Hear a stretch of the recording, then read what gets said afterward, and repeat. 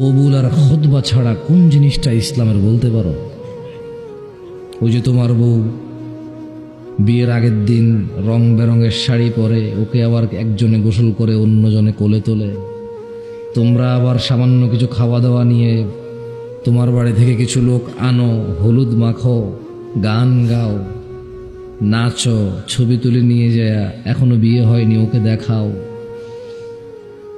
বিয়ের দিন তোমরা বড় বড় সাউন্ড বক্স লাগাও, ওখানে নাচ গান করো, মহিলারা গীত গায়, পুরুষরা বসে বসে তামসা দেখে।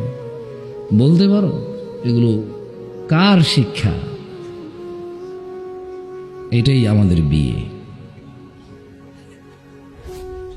আরেকজনকে উকিল বানাবে, এরপরে আবার ওই মহিলা ওই বেটাকে উকিল বাপ ডাকতে হবে। চিন নাই, পরিচয় নাই, যার সাথে দেখা দেওয়া হারাম, ও হবে আব্বা। বলতে পারো তোমার বাসার বিয়েটা কতটুকু কবুল, আর যদি খুতবাটা বাদ দাও কতটুকু সুন্নাহ অনুযায়ী হয়েছে? তোমার মায়ের নাম জুলাইখা,